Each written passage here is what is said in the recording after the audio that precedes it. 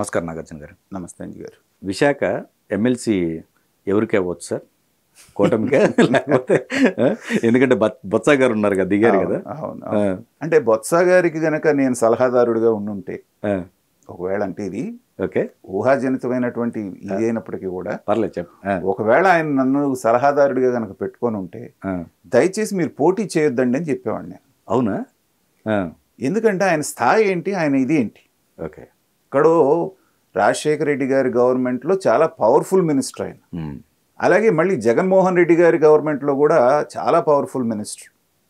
పైగా మిగతా వైఎస్ఆర్సీపీ వాళ్ళలాగా కాకుండా కొంత ఆయన డిగ్నిటీ మెయింటైన్ చేసేవాడు. ఆయన మాట్లాడేది జనానికి ఒక్కొక్కసారి అర్థం అవ్వకపోయినా లైన్ దాటి ఎప్పుడు మాట్లాడేవాడు కాదు.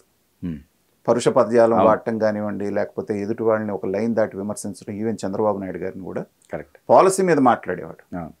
సో అలాంటి పెద్ద మనిషి ఉత్తరాంధ్ర మొత్తానికి ఆయన రాజకీయం నడిపినటువంటి వ్యక్తి అత్యంత దారుణంగా మొన్న ఆయన ఓడిపోవటం, తర్వాత ఆయన భార్య వైజాగ్లో పోటీ చేసి ఎంపీగా 5 లక్షల పైచిలుకు మెజారిటీతో ఓడిపోవటం దారుణమైనటువంటి ఆ ఫ్యామిలీకి ఓటమిది.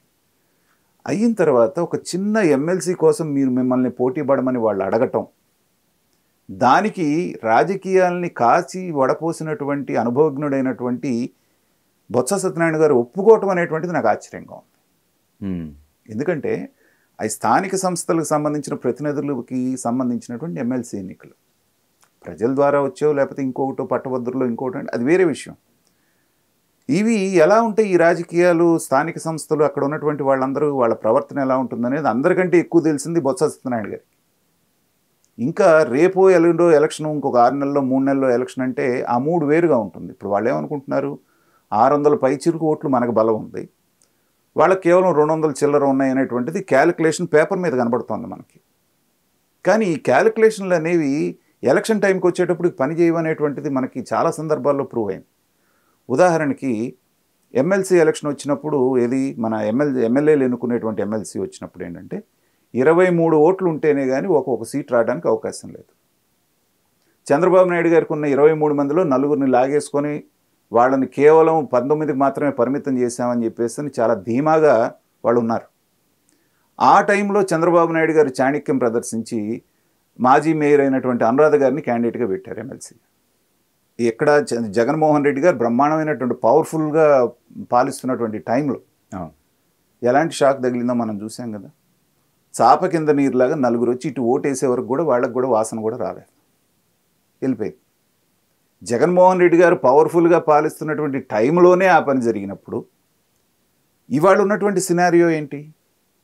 నీ దగ్గర ఉన్నటువంటి 11 మంది రాజ్యసభ సభ్యులు ఎప్పుడెప్పుడు బీజేపీలోకో లేకపోతే తెలుగుదేశంలోకి వెళ్దామని వాళ్ళు చూస్తుంటే, కౌన్సిల్లో ఉన్నటువంటి ఎమ్మెల్సీలు ఇప్పటికే ఎవరి ఇది వాళ్ళు చూసుకుంటున్నటువంటి సందర్భంలో, నీకున్నటువంటి మీరు కాకుండా 10 మంది ఎమ్మెల్యేలు వాళ్ళ భవిష్యత్తు కోసం వేరే పార్టీలో చూస్తున్నప్పుడు, స్థానికంగా ఉన్నటువంటి జడ్పీటీసీలు, ఎంపీటీసీలు మీతో పాటు ఉండి మీకే ఓటేస్తారు అనేటువంటిది, అందులో దీంట్లో గిప్పులే ఉండవు. విప్పు జారీ చేసి మీరు కనుక వేయకపోతే మీ పదవి పోతుంది అనేటువంటిది లేదు. అవి ఉన్నప్పుడే వాళ్ళు లెక్క చేయటం లేదు. అలాంటిది మామూలు ఎన్నికల్లో వాళ్ళందరూ మీకే వేస్తారని ఎలా అనుకుంటున్నారు? పైగా ఇంకొక 2.5 సంవత్సరాల పాటు వాళ్ళు ఇంకా పదవిలో ఉంటారు. ఉన్నప్పుడు వాళ్ళకి కావాల్సిన పనో, వాళ్ళ ఊరికి కావాల్సిన పనో, లేకపోతే ఆ మండలానికి కావాల్సిన పనో చేయించుకోవాలంటే కాస్త ఉన్నటువంటి గవర్నమెంట్తో, అధికారంలో ఉన్నటువంటి దాంతో బాగుంటే మంచిది అనేటువంటిది సహజంగానే ఉంది. వాళ్ళ ఎమ్మెల్యేలే ఆ మాట చెప్పి వచ్చేస్తున్నారు. కాబట్టి స్థానిక సంస్థల వాళ్ళు నిలబడతారని మీరు ఎలా అనుకుంటారు?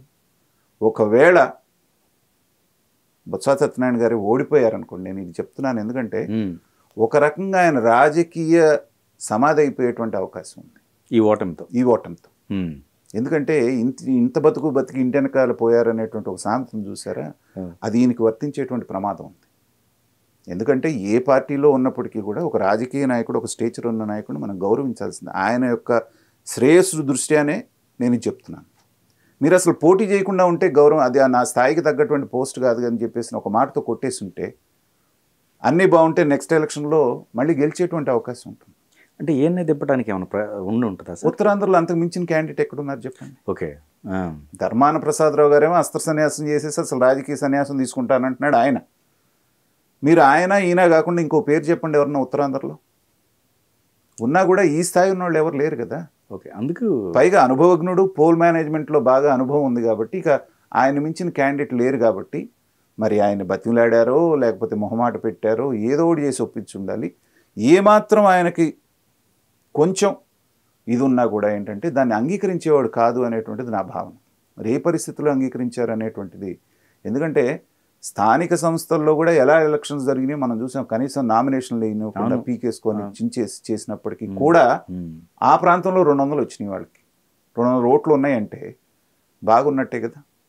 అంత దాష్టీకాల్లో మీరు ఉన్నప్పటికీ కూడా 200 ఓట్లు అక్కడ వాళ్ళకి ప్రతిపక్షానికి ఉన్నాయంటే బలంగా ఉన్నట్టే కదా.